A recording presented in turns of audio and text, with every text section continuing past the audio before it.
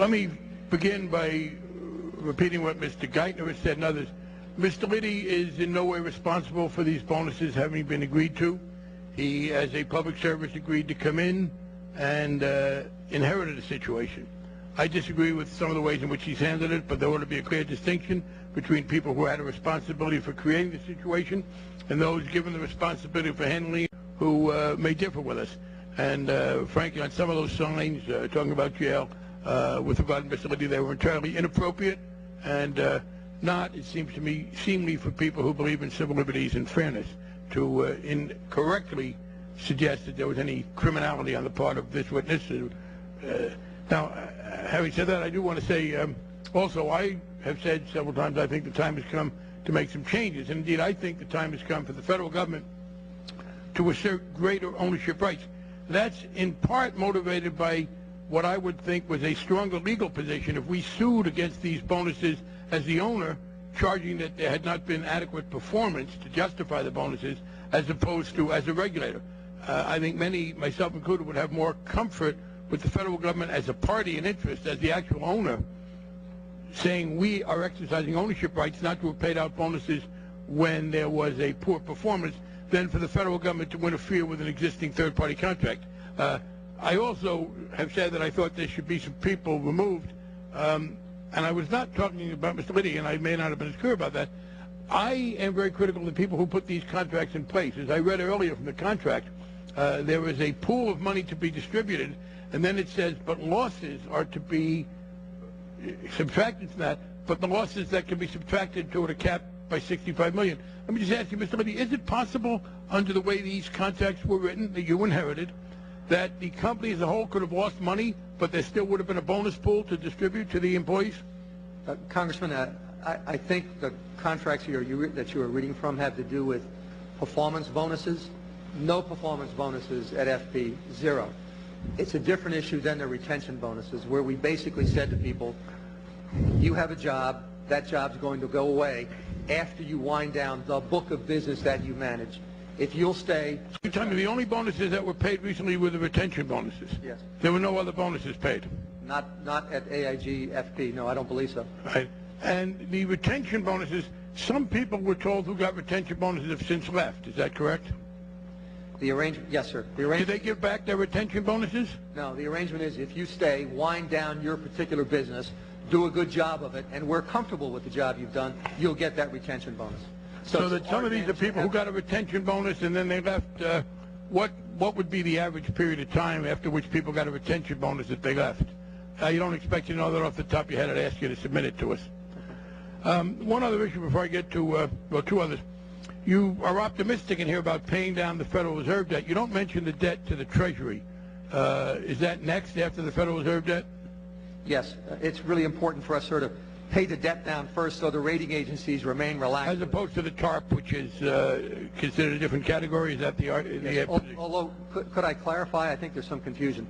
Right now, the federal government has invested two major tranches of money in us. One is $40 billion of TARP, and the other is just under $38 billion of a loan from the Federal Reserve. That's it. It's $78 billion. There's another $30 billion of TARP, which is available to us if we have to draw it. Which are you thinking, and you're talking about paying off the Federal Reserve debt, the $38 billion? The order in which we would do things is first the Federal Reserve debt, and then the TARP dollars. Next question before I ask you my final one.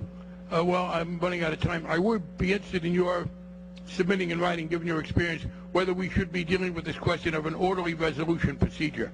You were put in place where there wasn't any. The Secretary of the Treasury previously and currently have said we need an orderly way to wind down a troubled non-bank. But let me ask you this now, and you said some people are giving the bonuses back. I'm now asking you to send us the names of those who received bonuses who have not given them back. Can you do that? Sir, I will if I can be absolutely assured that they will remain confidential. Well, I won't give you that assurance, sir, and so if that's the condition, it would be my intention to ask this committee to subpoena them. And I would, this is a situation where there's a lot of public activity. I ask you to submit the names of the people who've received the bonuses, noting that they paid them back or not, and I won't accept them under confidentiality personally. In fact, you submitted some confidential information, and I frankly threw it away after reading it because I was afraid I would inadvertently breach the confidentiality. But I do ask that you submit those names without restriction, and if you feel unable to do that, then I will ask the committee to subpoena them. Congressman, if you'll let me explain, I very much want to comply with your request. I would hope it doesn't take a subpoena. If it does, then we will obviously comply with the law. I'm just really concerned about the safety of our people. So let me just read two things to you. All the executives and their families should be executed with piano wire around their necks. My greatest hope. If the government can't do this properly, we the people will take it in our own hands and see that justice is done. I'm looking for all the CEOs' names, kids, where they live, etc. You have a legitimate request. Well, I want to protect the well-being of our employees. Could I get an additional minute by unanimous consent, because this is a subject to be addressed? I understand that. Many of us get these kinds of threats. Clearly, those threats are despicable. People who engage in this kind of threat, and I would say to my colleagues, the rhetoric can get overheated, so we ought to be very careful. That's why I want to be very clear, Mr. Liddy, that I disagree with the way you've handled this, but I understand that you inherited it. I disagree with the people who wrote those contracts, but it did not appear to me to be criminal.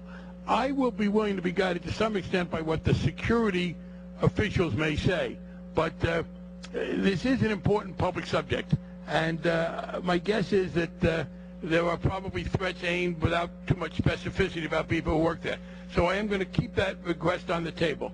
I will consult with the law enforcement people, including the federal law enforcement people, and if they tell us they think there is a serious threat, we will have to take that into consideration.